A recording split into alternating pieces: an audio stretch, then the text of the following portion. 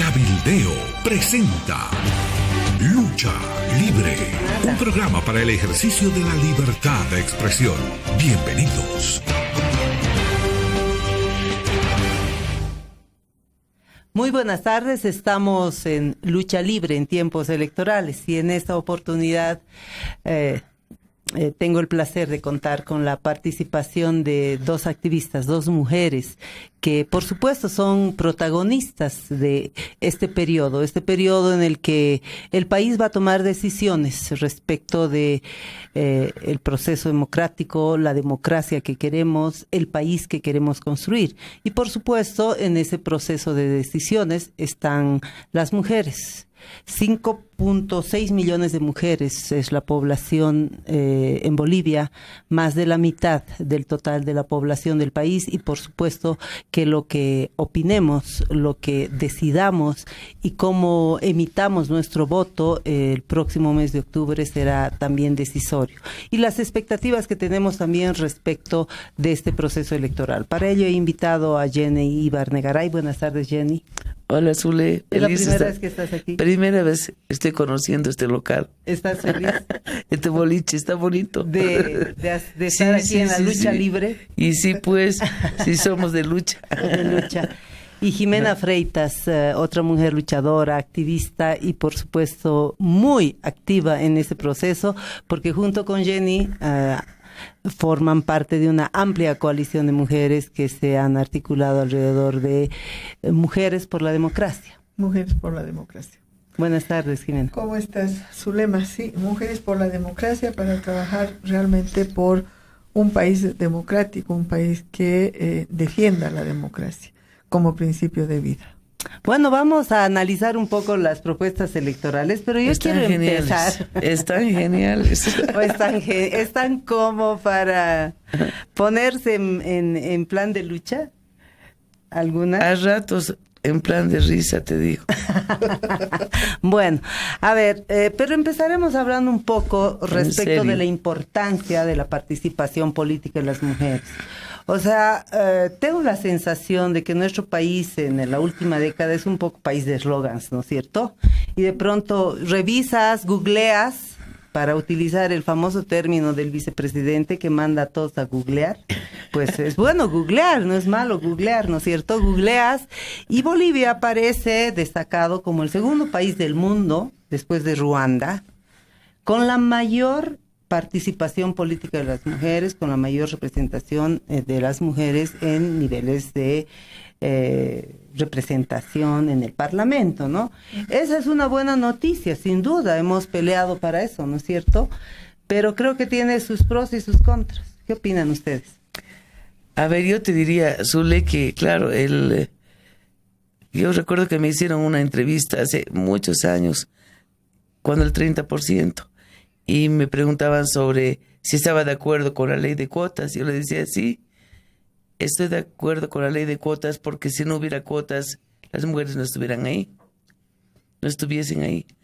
Y bueno, ya después se ha avanzado hacia la paridad. Y sí, es necesario, porque el sistema así ha construido el poder de los hombres, ¿no? Los hombres en el ámbito público. Y claro, estos avances son destacados, ¿no? Ahora, no podemos quedarnos en el número, tenemos que avanzar hacia otro lugar, y es el para qué.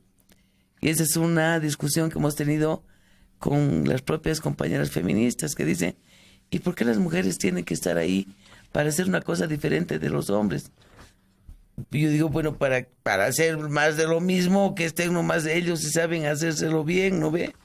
Ajá. Bueno, hacer para ellos bien las cosas. Entonces, yo creo que deberíamos avanzar hacia una participación cualificada de las mujeres, ¿no?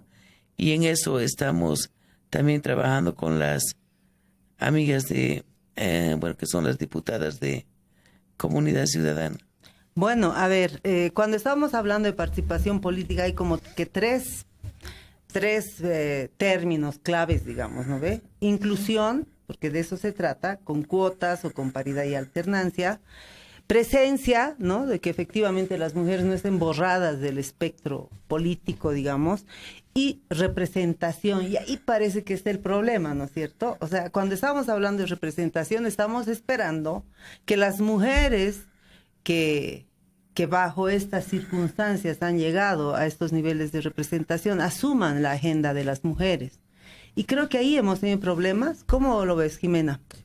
Yo creo que hay dos elementos que habría que considerar. Un primer elemento es que todos los avances que se han tenido en realidad en el país y bueno, afuera también, en relación a los derechos de las mujeres, tienen que ver con la propia lucha de las mujeres. Tiene que ver, el 30% costó a las mujeres meterlo.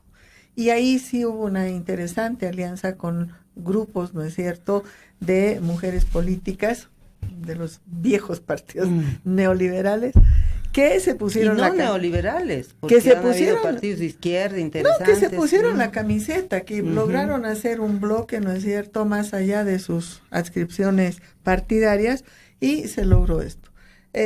Posteriormente vino la paridad, ¿no es cierto?, como un avance también. Y ahí creo que cometimos un error.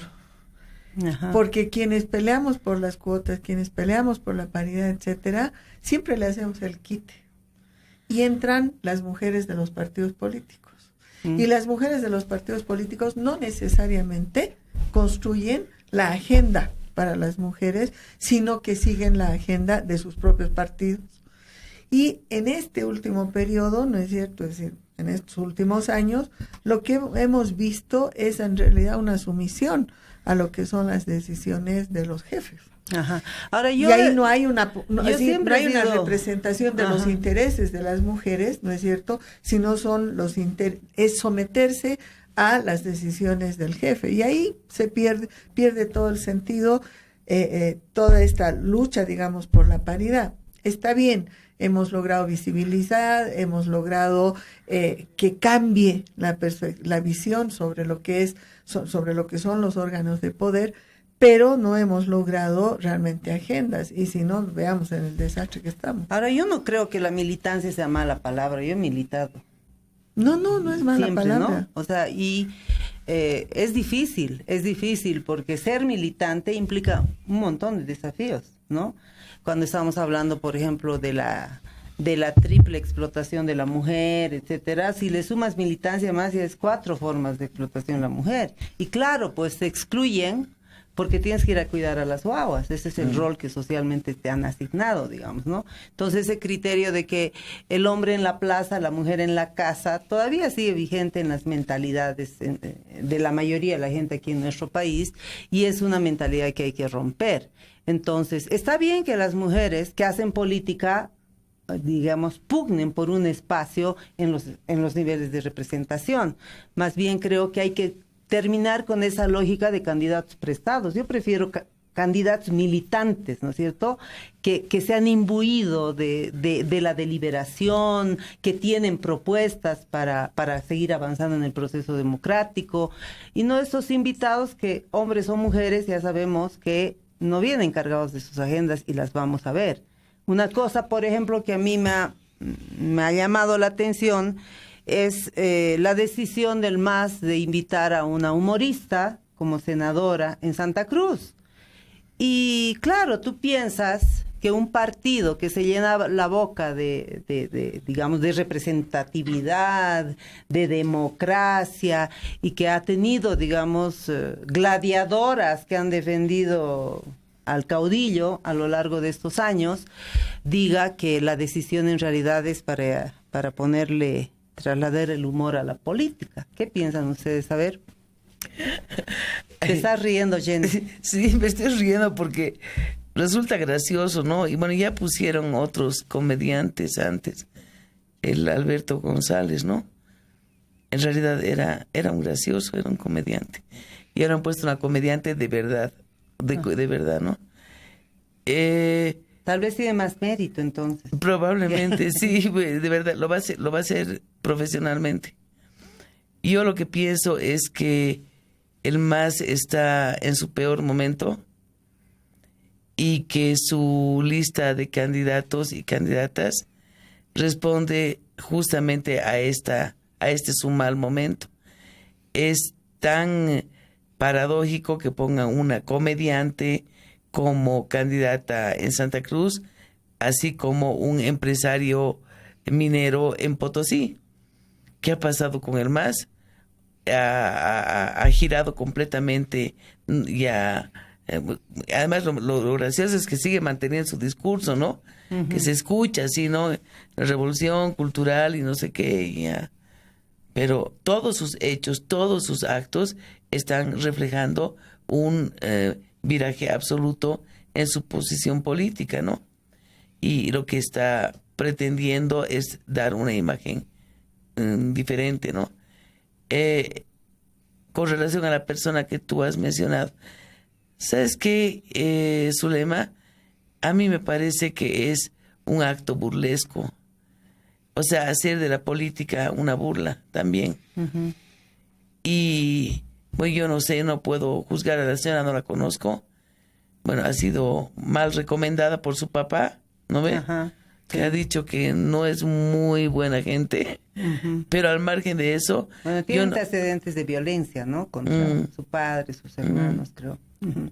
O sea, pero al margen de eso, yo, digamos, a priori no puedo decir si eso yo creo que es bueno o mala, no está mal, ¿no? O sea, porque, bueno, un artista, un humorista puede sin duda alguna animarse a participar en la política. Ha ocurrido otras veces, ¿no? Carlos Palenque, por ejemplo, cuyo liderato fue indiscutible, venía del mundo de la cultura. Él era folclorista. Al principio fue discriminado por ser folclorista, ¿no?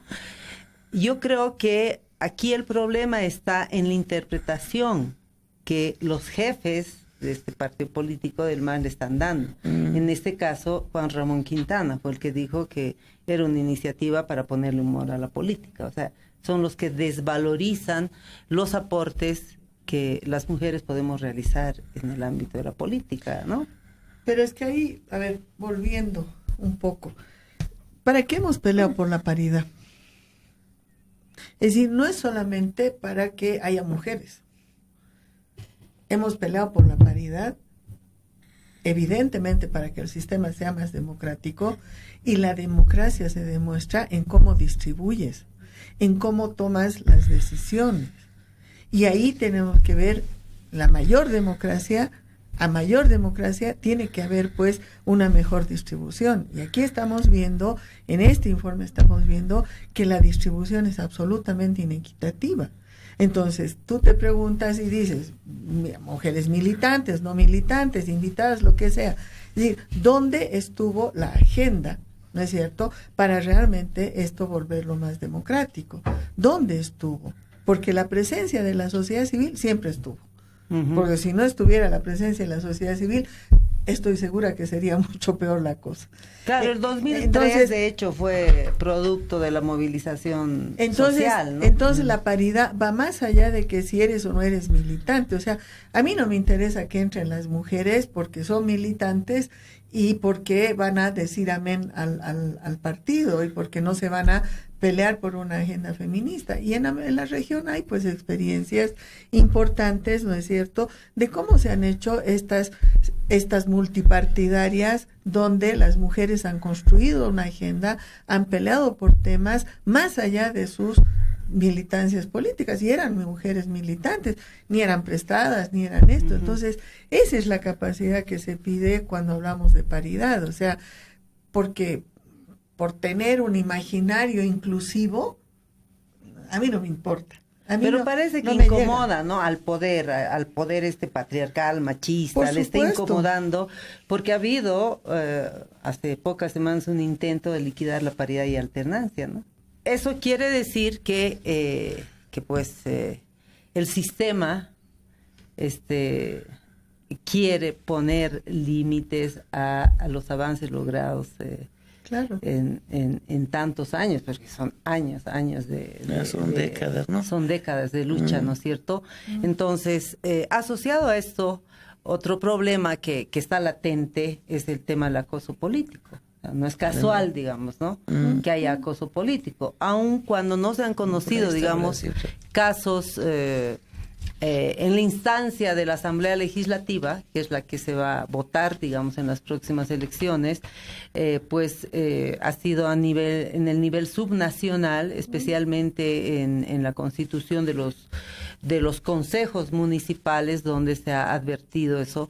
Y hay una lógica, creo que cotidiana, de desconocimiento de lo que establece la ley, porque hay pactos, hay acuerdos.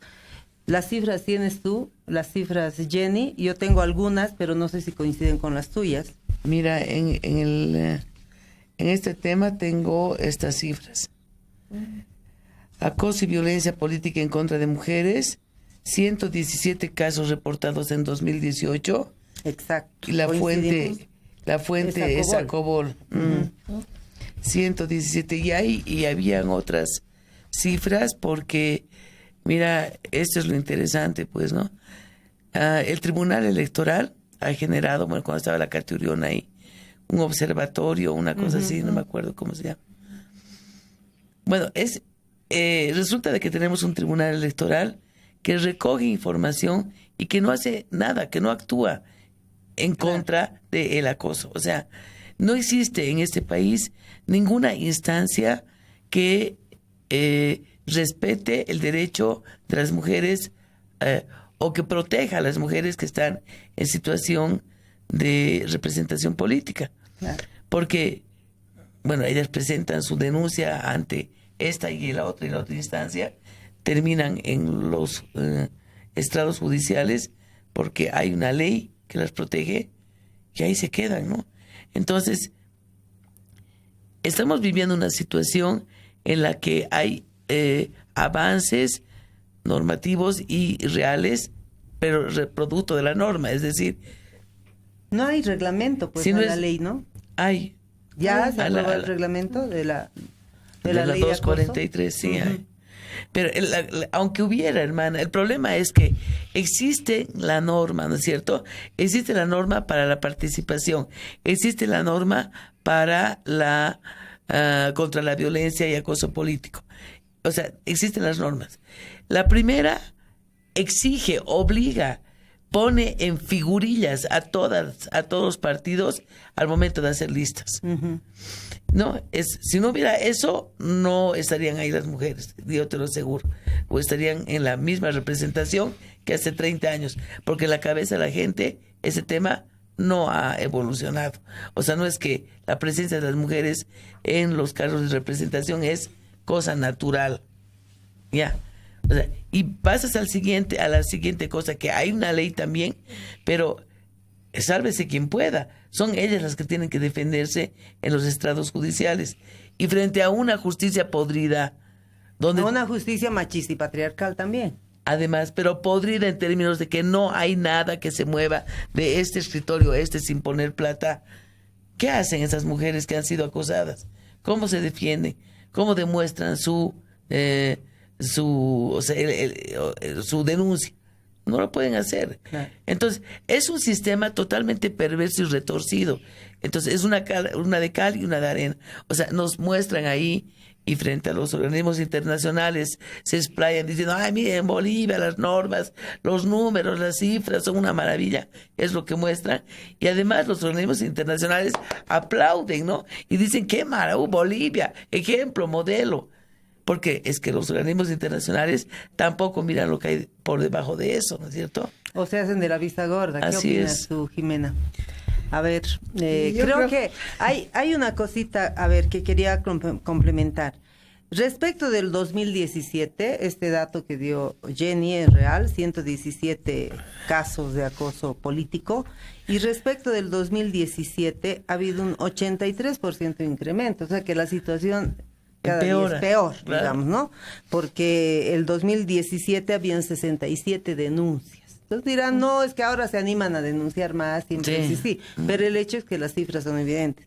Pero además hay un detalle más.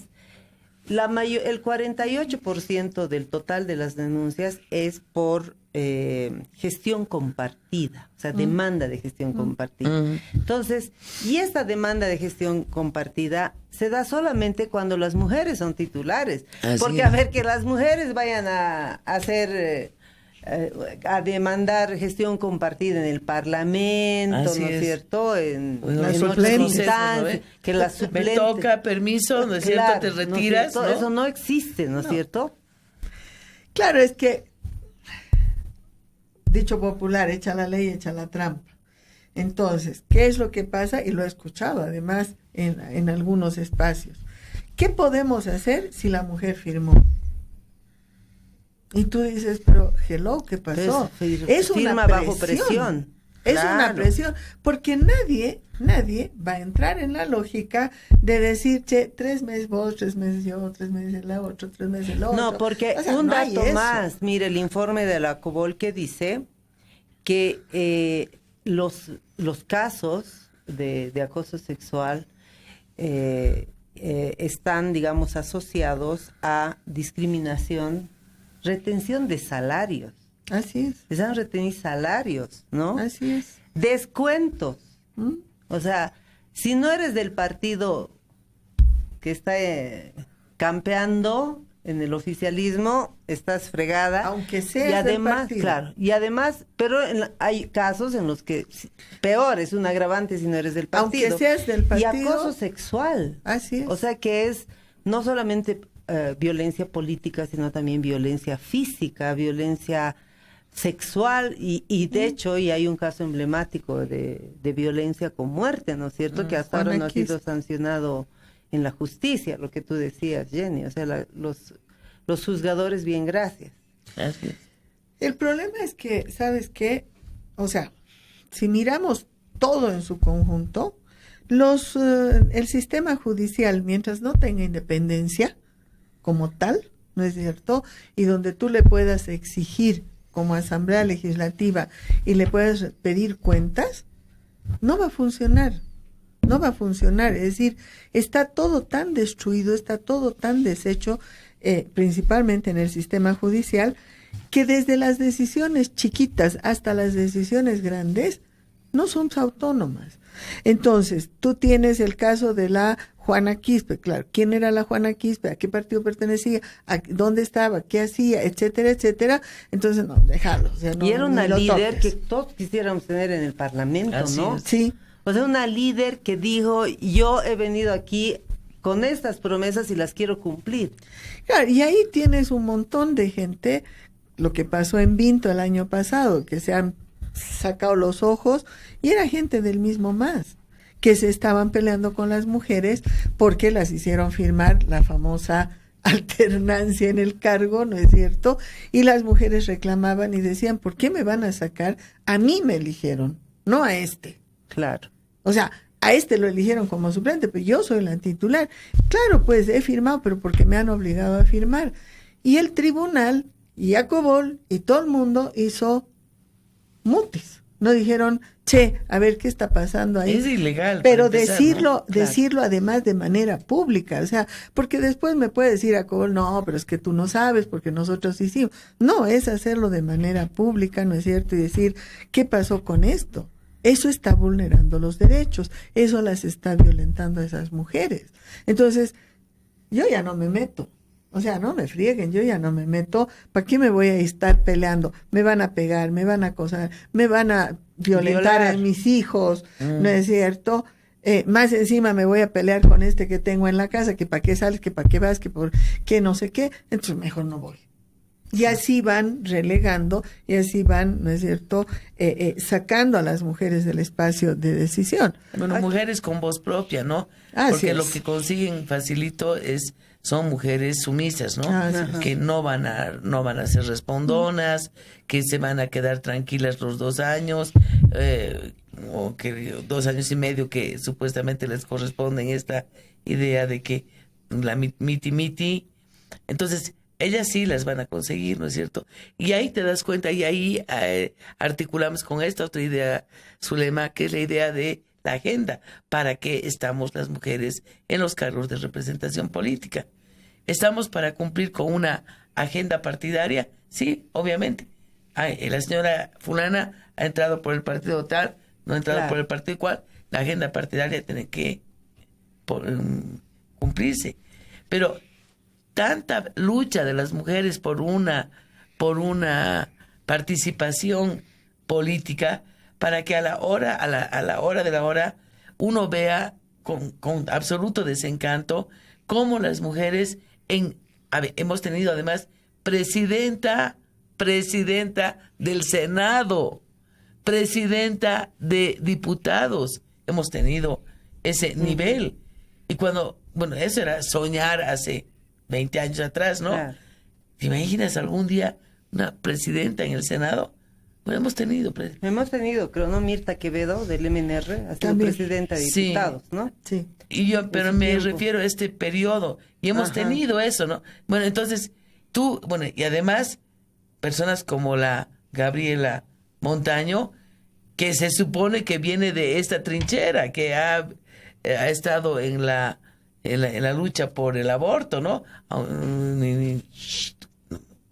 Por favor, no les recuerden U eso. otras mujeres Y que otras, se han ¿no? montado en el no le feminismo, cuenten, o sea, digamos, ¿saben ¿no? qué? No, a la señora Gabriela Montaño, por favor, ni les recuerden que estuvo en la lucha en eso del 28 de septiembre. Pero de ahí viene. Y cuando estuvo en el Senado, ¿qué hizo por esa agenda? No hizo nada. Entonces, eso es lo que a uno la asombra, ¿no? A una le asombra. Dice, ¿y para qué están ahí? Entonces yo me pregunto, ¿y valió la pena esa lucha? ¿Valió la pena? Bueno, valió la pena en el sentido de que somos ciudadanas y por estricto censo de ser ciudadanas, tenemos el derecho de estar ahí. Ajá. Pero ahora esperamos que esto tenga un proyecto de cualificación política, ¿no?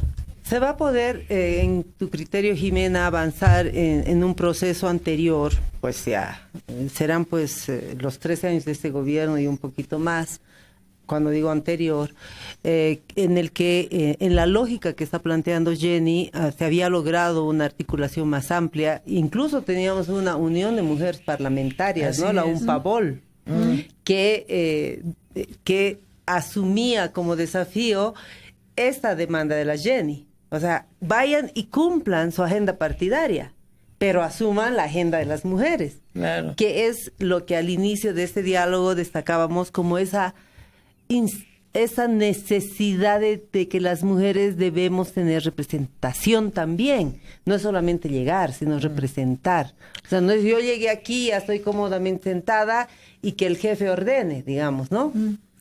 Claro, a eso me refería, es decir, no es que en este país no haya habido una experiencia en el foro político, pues el foro político que nace de la UNPABOL, que hace una alianza, ¿no es cierto? Anterior a la UNPABOL, por favor, Jimenita, el foro político. No, son Hemos paralelos. estado en esos procesos, Claro, ¿no? son paralelos. Entonces, ¿y ahí quiénes estaban? MIR, UCS, MRTKL, MNR, ADN. ¿sí? Y Porque las, ese era el y las era el mujeres paro, ¿no? se unieron y se pararon frente a sus jefes y les dijeron, bueno, pues la ley de cuotas, y la pelearon por la ley de cuotas. Hoy día me pueden decir, pero las cuotas del neoliberalismo. ¿Saben qué? Las cuotas sentaron aquí en este Precedentes, país ¿no? el presidente y pusieron a las mujeres ahí adentro. Punto. Yo- Es decir, sea mucho, sea poco, no sé qué, pero ahí se sentó el presidente. No, pero, Entonces, pero además esa la exper- propuesta de paridad y esa alternancia fue así es, del es gobierno. muy antigua. Es antigua. Yo me Así acuerdo es. cuando nos metimos así de contrabando, enrollamos nuestros afichitos a unos 8 de marzo, Día Internacional de la Mujer. Entramos a Palacio cuando estaba Carlos Mesa en el Palacio y metimos nuestros afichitos de contrabando, y cuando bajó Carlos Mesa al encuentro con las mujeres sacamos nuestro afiche que decía paridad y alternancia. O sea, claro, ahora hay ciertas mujeres que están en el poder que se llenan la boca con esas reivindicaciones como si ellas las hubieran gestado, Peleado, y como si claro. ellas las hubieran peleado, Así y le es. atribuyen a su jefe máximo Además, la autoría y de le agradecen. y le agradecen Así cuando es. no es cierto. O sea, en ese tiempo Evo Morales estaba en el Parlamento y no tenía apertura para el lobby que realizábamos las mujeres con este tipo de demandas, ¿no es cierto? Entonces, bueno, ahora lo firmó, está muy bien, saludamos Bueno, que no lo le haya quedaba hecho, otra, ¿no ¿no? es cierto?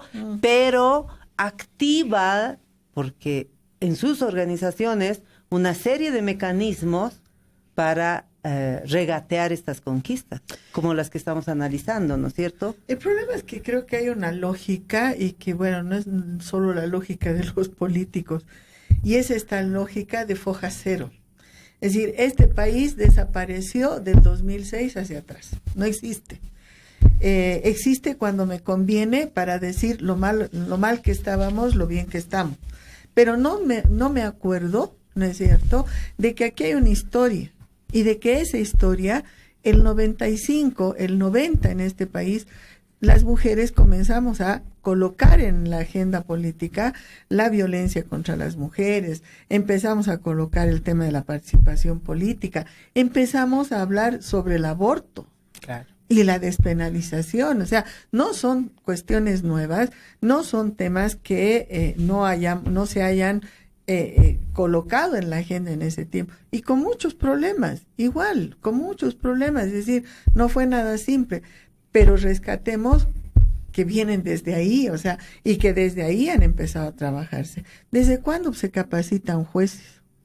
¿Desde cuándo se capacitan fiscales, etcétera, etcétera? O se habla protocolos, sobre el juez y la sana crítica, me acuerdo que protocolos y demás historias. O sea, nos hemos cansado de hacer esas cosas y creo que nos hemos cansado de pelearnos con la FELCB, que no funciona, ¿no es cierto? Que no tiene plata, que no tiene personal, que porque solo los policías, que porque no ponen otro personal. Es decir, ya lo sabemos, ya lo tenemos y seguimos repitiendo lo mismo. Y seguimos repitiendo que, por ejemplo, la FELCB para funcionar fuera de La Paz, fuera de Santa Cruz y Cochabamba, tienen que estarse prestando locales. Tienen que estar hablando con los privados para que, me lo pueden arreglar mi localcito. Pongan carteles, ¿no? Y claro, y hoy día te plantean un decálogo donde te dicen el IDH. Si el IDH ya está en el reglamento, si ya se ha visto que los municipios y las gobernaciones tienen que poner del IDH de seguridad ciudadana. O sea, ¿de qué estamos hablando, no es cierto?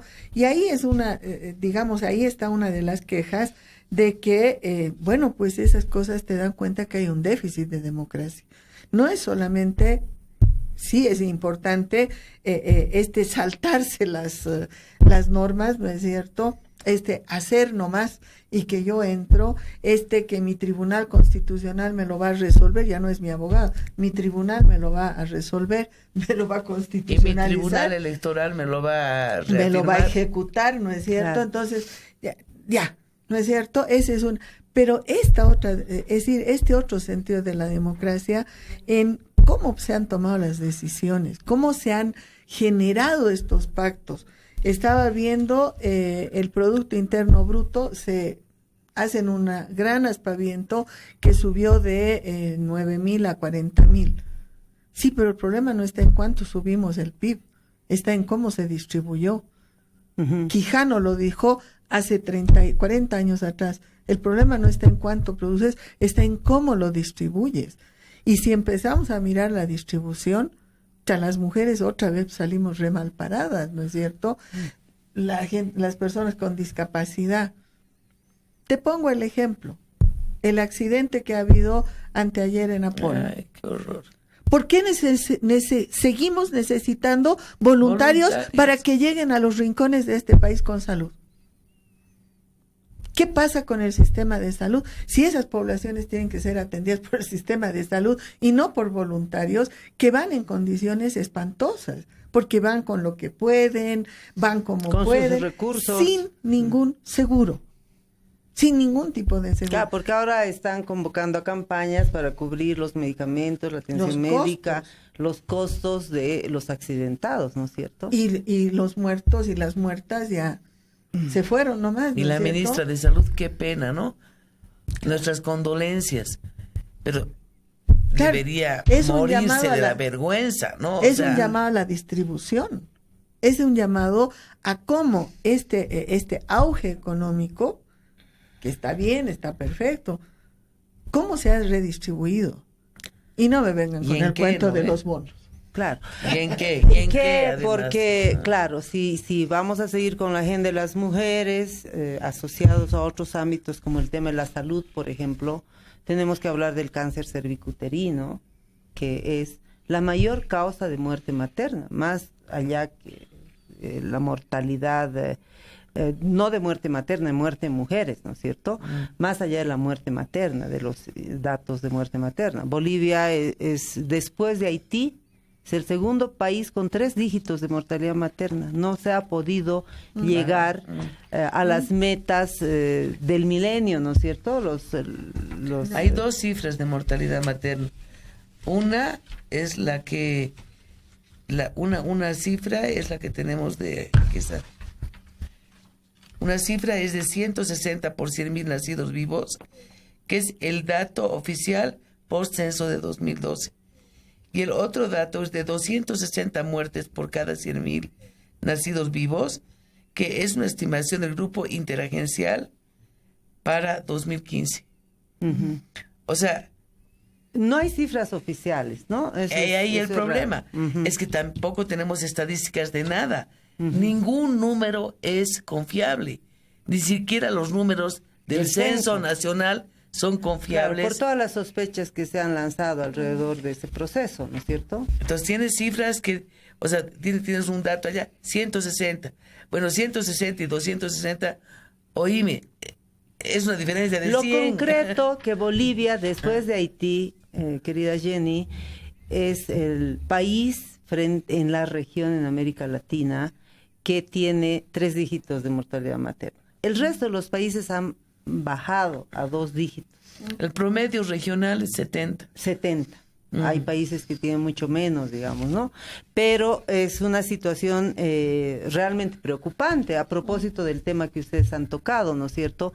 Porque cuando estamos hablando de expectativas en este tipo de procesos electorales, no solamente es la participación política, ¿no ve? Son otras demandas asociadas a las expectativas de las mujeres. Y creo que el tema de salud es uno de ellos, ¿no? Leía hace 2 o 3 días que el 80% de los casos de VIH recientemente detectados han sido transmitidos por sus parejas en relaciones estables. Es decir, que yo agarré y puse en mi Facebook y dije, la casa, la cama y los lugares que más, y finalmente las sábanas, ¿no es cierto?, que deberían ser los lugares donde las mujeres deberíamos sentirnos más protegidas, ¿no es cierto? Y seguras. Son los lugares más inseguros, claro. Porque es ahí donde te violentan, es ahí donde te pegan, es ahí donde te matan, es ahí donde te contagian, ¿no? ¿Qué está pasando? ¿Qué dicen ustedes como activistas frente a... Vamos a analizar, yo quiero hablar también del tema de la violencia y feminicidio, porque de pronto he estado haciendo una revisión muy rápida de las propuestas de los partidos que están terciando en estas elecciones, y resulta que la violencia y el feminicidio es tema de campaña, ¿no es cierto? Incluso para el movimiento al socialismo, lo cual me parece terrible, porque han pasado 13 años y estamos zapateando en el mismo lugar, ¿no es cierto? Ya sabemos todos, son casi 70 feminicidios en lo 80. que va. No, 70. Hemos llegado a 80. Ya hemos llegado a 80 feminicidios en lo que va del año. O sea, es cifra récord, ¿no es cierto? Creo que vamos a superar todos los registros que hemos tenido en años anteriores. Y gabinete especial, gabinete de género de por medio, ¿no es cierto? Una nueva oficina con una compañera a la cual conocemos, Tania Sánchez, que es una luchadora, una activista de muchos años, pero parece que hay problemas al interior del aparato estatal y burocrático que no descentraba los problemas que deberían resolver este tema de la violencia patriarcal y machista contra las mujeres. ¿Qué opinan ustedes? Mira, Sure, la Jime y yo hemos hecho un trabajo de investigación para UNITAS el año pasado. Ajá. Y era una investigación, un análisis, mejor dicho, de 25 años de políticas públicas en torno al tema de la violencia. Ya. Bueno, nos hemos ido también por otras Por las ramas, ¿no? tangentes. Salud, educación, porque Pero en que realidad está todo asociado, está relacionado, claro. ¿no? La violencia es un problema de salud pública, sin duda alguna. Y lo que nosotros, una de nuestras conclusiones, Zule, contando desde el 2003, que ha sido la creación de la primera subsecretaría de género, hasta el 2018, son 25 años.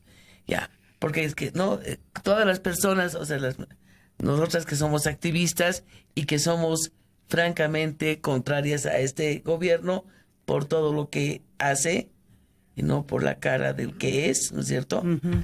Bueno, siempre nos dice, pero ustedes solamente miran el periodo de gobierno del Evo. Está bien, hemos visto el periodo completo, 25 años.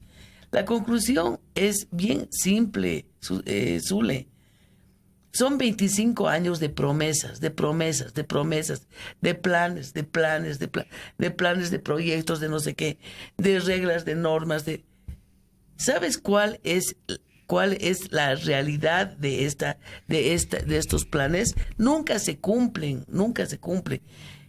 En mi participación desde la cooperación alemana, el 2008, hemos hecho un trabajo de elaboración de un plan que se suponía que tenía una proyección de política de Estado para unos 20 años, un trabajo enorme que se ha hecho, concordado con lo que ya sabíamos que venía en la Constitución, con todos los artículos del reconocimiento de los derechos de las mujeres incluidos en la Constitución. ¿Qué ha hecho este gobierno? Porque no es como antes, claro. ¿No es cierto? Ya llegaba un gobierno, lo de antes no servía, entonces hay que hacer nuevo plan. Ha habido continuidad. Ha habido continuidad. Entonces no te explicas cómo del mismo gobierno, del mismo partido de gobierno, o sea, un plan hecho para sí mismo, lo ha metido debajo del canasto. O sea, entonces tú dices, ¿qué es lo que pasa? La voluntad política se mide, en mi criterio, por plata. Resultados. Por plata, hermano. Y plata. O sea, y la plata de resultados. Los recursos. O sea, si una política pública no tiene los recursos económicos, financieros, personal, recursos técnicos, infraestructura, no le pidas nada. No le pidas nada a la política. Uh-huh. Pero, y eso es lo que pasa, son 25 años de políticas públicas sin recursos. Y están ahí dando vueltas. Entonces, aunque saltimbanqueen, ¿no es cierto? Que, han creado después esta unidad de despatriarcalización. Han creado, nos han bajado al último nivel en el viceministerio el Ministerio de Justicia. Hemos llegado al nivel más bajo de la estructura, ¿no? Ministerio, secretaría, hemos llegado a nivel de unidad, ¿ya? ¿Cómo puedes esperar que una unidad de género en un Ministerio de Justicia se haga cargo de un plan de política pública que pretende tocar todas las aristas y los temas? No puede ser. No hay capacidad de transversalizar. Ahora, ¿no? tú pero ¿quién le va a hacer caso a esta señora de la unidad de género? ¿Quién le va a hacer caso? O sea, muy bien. Y encima crean cuestiones paralelas. Y ahora crean esta dirección, esta cosa que han creado reciente, que terminan cabeza con cabeza. Una con la otra. ¿Quién tiene jerarquía? O sea, ¿quién toma la decisión? Nadie, Zulema. Entonces, ¿sabes qué? Es como una parafernalia que se construye institucional y que al final no tiene ninguna capacidad de reacción frente a los problemas. O sea, ¿qué estamos planteando nosotras? Estamos planteando, tiene que haber un Ministerio de las Mujeres. Tiene que haber, o sea, ya es hora. O sea, a mí, Zulema, es algo que a veces me dice, ay, Jenny, vos, porque estoy yo hinchando con eso desde hace 20 años. Y pues ya parece tu obsesión, no solamente mía, es de analistas, ¿no? Pero yo lo que pienso, Zulema, es que mientras no exista una institucionalidad seria, con capacidad de acción y de reacción, que tenga el máximo nivel de jerarquía en el Ejecutivo, vamos a seguir dando vueltas sobre lo mismo. Bueno, esa posibilidad ya la ha desahuciado Álvaro García Linera en las narices de todas las activistas, una oportunidad que se reunían en la 2006, en la vicepresidencia, ¿no? En presencia de ONU Mujeres, que había, digamos, socializado el informe de... ¿cómo es? El informe de la CEDAW, ¿no es cierto? Del comité de la CEDAW. Fue claro, o sea, Álvaro García Linera dijo, no va a ser un organismo como la ONU, que nos diga a nosotros, que nos diga a nosotros, un organismo que, dicho a paso, está constituido por pedófilos, lo dijo así textual, ¿no? Y a continuación, la señora Montaño dijo... No, estamos en tiempos en que ahora las políticas se definen por el poncho y la barca y ya no por las mujeres de las ONGs, o sea que parece que estás remando en el desierto. Pero yo no le estoy pidiendo pues al Evo un ministerio, mamita, por favor, es obvio que no. Yo estoy hablando del futuro, hermana. Yo estoy hablando del futuro, hermana, o sea, y yo lo que espero es que de una vez este régimen se caiga. Así de concreto. Así yo apuesto por la caída de este régimen, porque si no tenemos solución. Pero al inicio simpatizabas, ¿no? Y muchísimo. Volviendo al estudio que ustedes hicieron, Jimena, ¿qué es lo que detectaron en términos, para tener una idea global, por lo menos porcentuales, de cuánto en estos 25 años se destinó presupuestariamente a las políticas orientadas a superar la discriminación, mejorar las condiciones de igualdad, disminuir las cifras de la violencia, etcétera? Mira, hay un dato, no hay el dato exacto para saber exactamente cuánto se ha invertido en todas las políticas, pero hay un dato referencial. Ajá. El Viceministerio de Igualdad de Oportunidades hasta hace 4 años tenía para gastos de inversión 25,000 bolivianos. ¿Anuales? Anuales. Ajá. El resto eran gastos de personal, claro, digamos, o sea, ¿no? Si tú revisas gastos de personal, burocracia. Evidentemente eso va a incrementarse, pero como gastos de inversión, 25,000 bolivianos. Y creo que ahora lo han incrementado a 80,000. Ajá. Pero estamos hablando de que es, digamos, el ente que va a implementar todo el plan, que va a diseñar toda la política. Entonces, ¿cómo pretendes que lo hagan? Lo que decía Jenny hace un rato, evidentemente tú tienes la 348, que la 348 ya te hace toda te asigna las competencias. Claro, por el IDH. A salud, a educación, a comunicación, hace todas las asignaciones. Ya la 031 ya lo hizo. Ya daba las competencias en violencia al nivel central, a los niveles subnacionales. Vienen después, ¿no es cierto? Y hacen otro plan. Uh-huh. Ese otro plan lo relacionan con el plan de desarrollo, lo relacionan con los objetivos de desarrollo del milenio, qué sé yo. Pero, y seguimos, claro, de desarrollo sostenible, y lo seguimos arrastrando. En este periodo se han creado comisiones, comités, etcétera, donde participaba el Ministerio de Justicia, el Ministerio de Educación, el Ministerio de Salud, el Ministerio Público, Sistema de Justicia, FELCB, Control Social, las Bartolinas, ¿sí? Y se han ido haciendo lo mismo. Y hoy día, es decir, la gran novedad es que estos mismos ministerios, con la policía, con estos, con el otro, está presidido por el presidente. ¿Qué tal? ¿Se mueve mucho la cosa? Yo no sé, yo creo que no. Por el otro lado tienes la secretaría. Yo no tengo nada contra la Tania Sánchez, no va por ahí el tema. Si no es un tema institucional, es una unidad desconcentrada, el Servicio Plurinacional, con dependencia del Ministro de Justicia. Es decir, ¿a quién responde? Al ministro de Justicia. ¿Y qué hace ahí la viceministra? ¿Cómo se juntan? ¿Quién convoca a quién? Yo, viceministra, te voy a tener que pedir permiso a ti directora del Servicio Plurinacional, o tú me vas a tener que pedir permiso a mí, no porque somos descentralizadas, no, pero los dos dependemos del ministro de Justicia. Sí, pero las dos manejamos lo mismo. O sea, ¿por qué no nos ponemos de acuerdo? ¿Por qué no nos ponemos de acuerdo?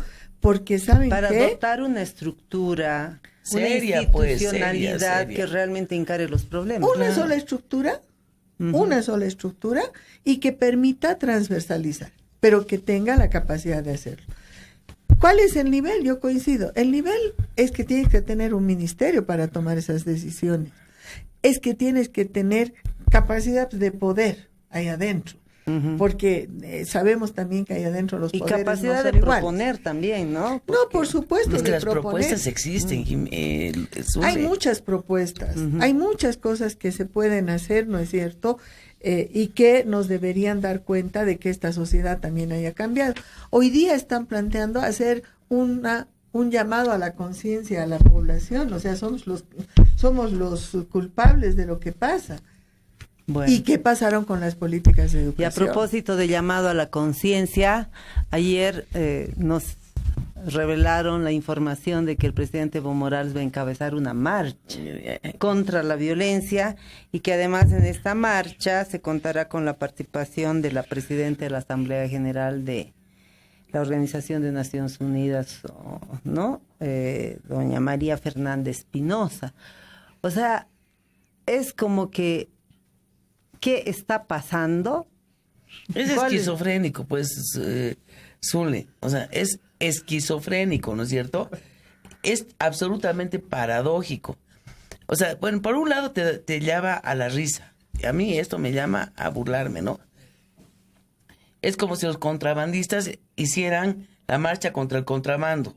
Como si los cocaleros hicieran la marcha contra contra la cocaína. Contra la cocaína. O el O narcotráfico. sea, perdón, ¿de qué estamos hablando? El hombre que se ha manifestado como el machista número 1 de este país, además haciendo gala de eso, va a marchar contra la violencia hacia las mujeres si sus propios actos de violencia son conocidos públicamente. ¿Cómo no va a ser pues un acto de violencia haber tenido hijos y haber tenido que reconocerlos judicialmente a sus hijos? Eso es violencia también. Entonces, primero, que creen esta parafernalia de una marcha para que Evo vaya a marchar contra la violencia es de locos. Bueno, tú Pero le que has respondido al Evo una vez que fue, sí, digamos, públicamente se manifestó en sus tonos machistas, patriarcales y groseros, y le respondiste y le enviaste una carta y él se disculpó. ¿Te vas a ir a enfrentar al Evo cuando esté marchando y te vas a poner en su frente? No te voy a contar eso porque es secreto.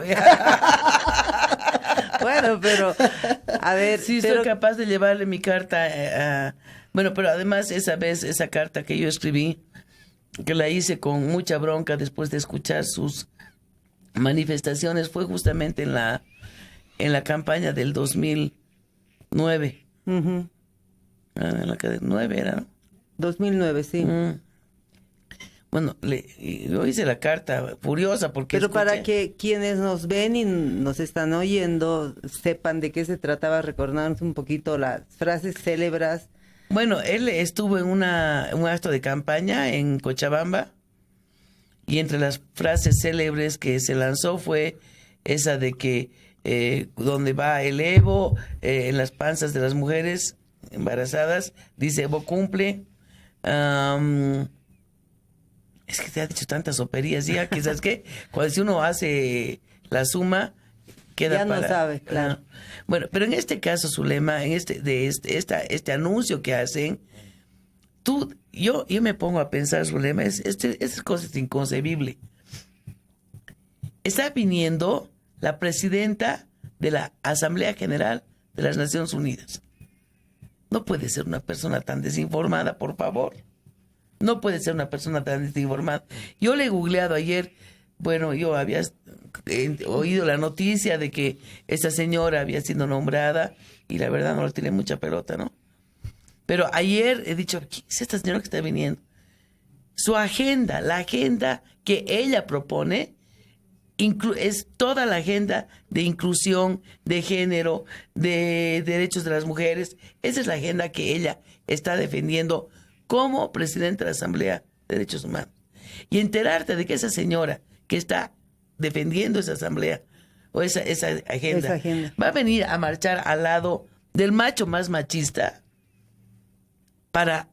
contra la violencia hacia las mujeres, o esa señora no le han contado el cuento, o sea, no le han contado de quién es, o yo no sé, vive en Babia, porque uno no puede no enterarse.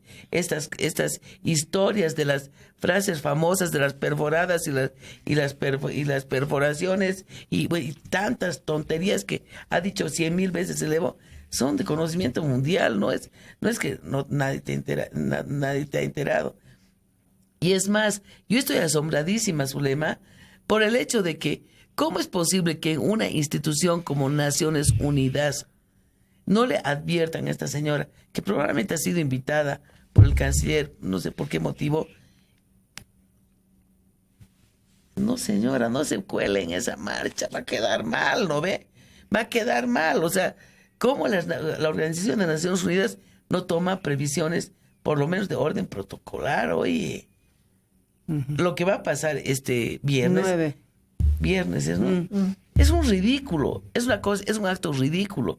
A mí, yo me siento totalmente indignada. O sea, porque yo digo, del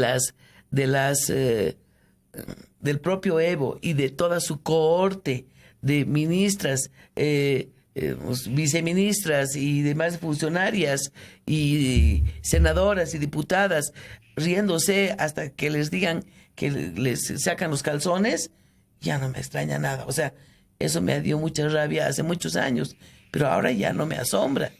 Pero que ahí aparezca marchando una señora como esta de la Asamblea de Naciones Unidas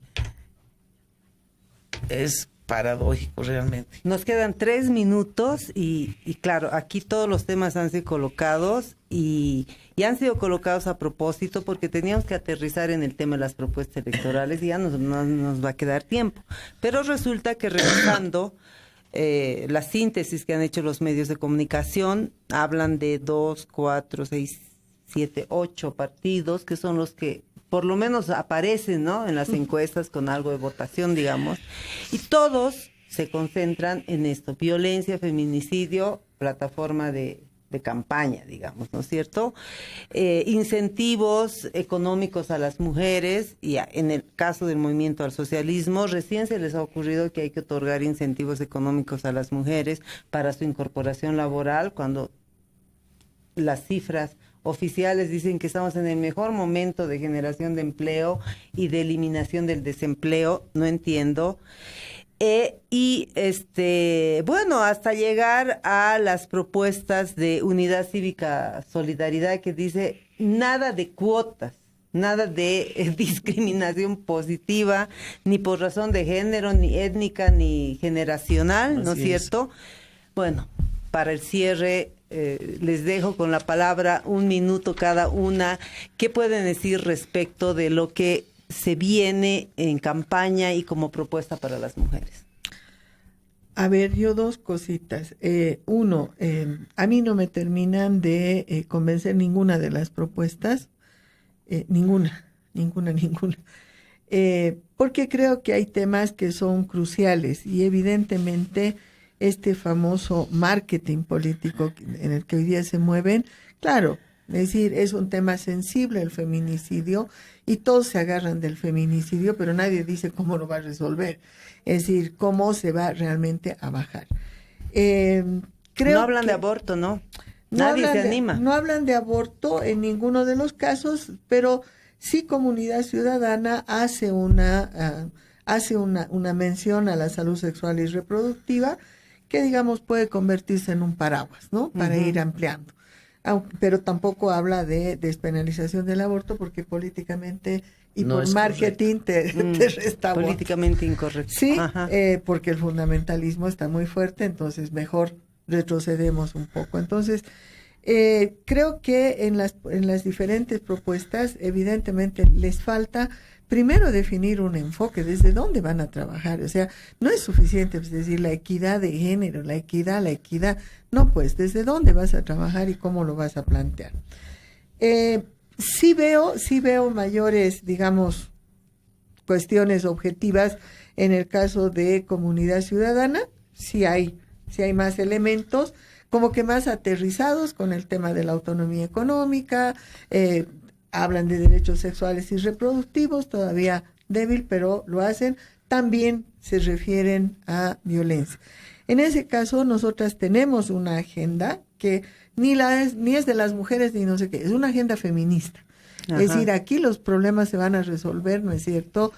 Nosotras estamos sí se apostando. Necesitan cambios estructurales. Sí, pero además es desde una posición feminista, o sea, nada de medias tintas, nada de esto, ¿no es cierto? Y ahí estamos planteando precisamente trabajar en los ámbitos de la autonomía económica, la autonomía física y la autonomía política, que son las tres grandes áreas, ¿no es cierto?, a partir de las cuales evidentemente podemos avanzar en derechos, y esto nos va a permitir evidentemente avanzar en democracia, ¿sí? Ajá. Somos más del 50% de la población, entonces tiene que haber más democracia en ese sentido. Entonces creo que y más programa, ¿no? Todavía nos va a quedar un largo camino para seguir incidiendo. No es que la cosa se resuelve con las elecciones solamente, nos va a quedar un largo camino y esperemos que el camino se allane un poco.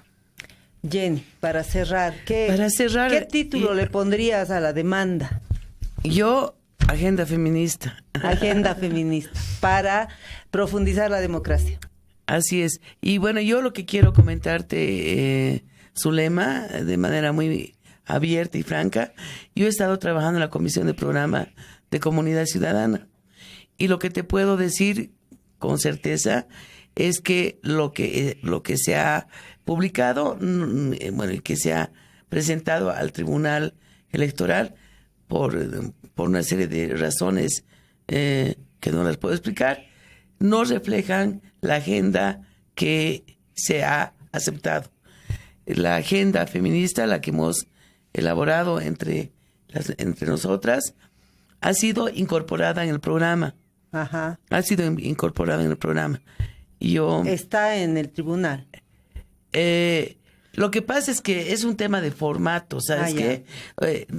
Lo que tú entregas al tribunal es una oferta programática en términos globales. Y son, qué sé yo, 60, 80 páginas. Y te imaginas, ahí se trata desde hidrocarburos hasta pero que ecología. Todos los temas que pero lo que yo te puedo decir, lo que yo te puedo decir es que con conocimiento, con bien propio, yo sé que esta agenda es y aparte. Es decir, que vamos a poder reclamar esa agenda a las parlamentarias y a los parlamentarios que sean electos en Comunidad Ciudadana, y ojalá se pueda irradiar hacia esta articulación más amplia que por la experiencia que tenemos las mujeres es necesaria para realmente contribuir a profundizar la democracia. Jenny, Jimena, ha sido un placer hablar con ustedes. Esta ha sido una lucha libre sin muchos golpes, pero lucha libre al fin, porque ha sido intercambiar ideas, conocer trayectorias, y eso es muy importante porque esta batalla no ha empezado ayer y seguramente habrán muchas batallas por delante. Seguro. Todavía tenemos polenta para la guerra. Sí. Ahí ha sido un placer compartir con la audiencia de Cabildeo, Lucha Libre, y arrancar de esta manera con lo que va a ser de aquí en más la agenda electoral en este proceso hacia las elecciones generales. Gracias. Cabildeo presentó Lucha Libre, un programa de opinión que se transmite de lunes a viernes. Gracias por su sintonía.